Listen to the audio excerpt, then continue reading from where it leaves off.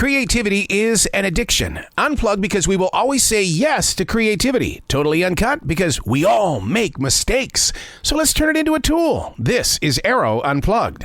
We all know that it's a very noisy world right now. Well, what happens when we speak out too much and someone comes knocking on the door? Do we have to open the door? Plus, when dogs rest their head on our bodies, what are they really trying to say to us? My name is Arroe. I'm a daily writer, a silent wolf. I stand on the sidelines and do nothing but watch, listen, study, then activate. I call it the Daily Mess, a chronological walk through an everyday world. Yes, it's my morning writing. As a receiver of thoughts and ideas, we as people tend to throw things to the side and deal with it later. When a subject arrives inside of me, I know it's time to dig in. It's still keeping that daily journal. By doing the research, the picture becomes clearer. This is the Daily Mess. Observation number 69. I recently shared a podcast conversation with former FBI agent and special agent Frank Falugi. We spoke openly about our present place in what feels like the Wild West generation. Frank explained that yes, we are being listened to, and what we are saying may lead to what he calls a knock and talk, meaning authorities will visit your private residence. This brought me to a very important question.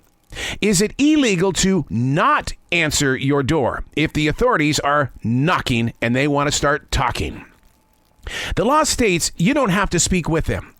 If that's the case, they have the full right to get a search warrant. If you allow them inside without a warrant, you've just waived your Fourth Amendment rights, which according to the Constitution protects people from unreasonable searches and seizures by the U.S. government. What are you really saying in public or on social media?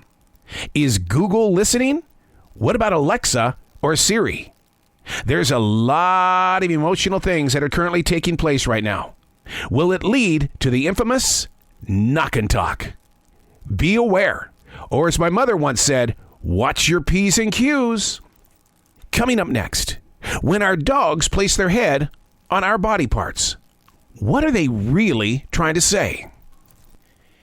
Welcome back to the Daily Mess. Observation number 70. I'm a huge lover of dogs. In my 32 years with my wife, Lee, we've rescued 9 beautiful fuzzy children, each of them having their own personality.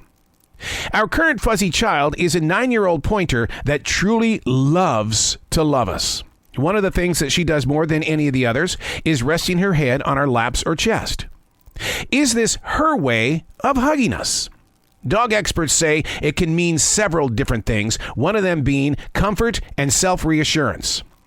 Leaning on you can also mean your dog is wanting to talk with you. They are very social, and they use their body language as a way to express their feelings.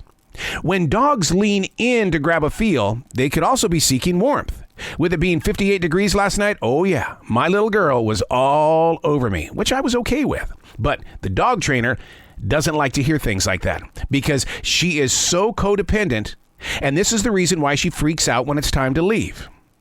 Learning how to study what your fuzzy is saying while making full contact with your body. Now, you've got to pay close attention because if they aren't feeling well, you'll be the first to know the word. And I know that firsthand.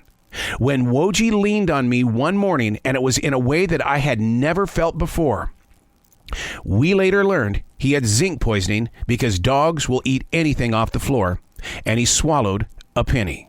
But it was the way that he leaned in to touch me that said, we've got to get to the hospital right now.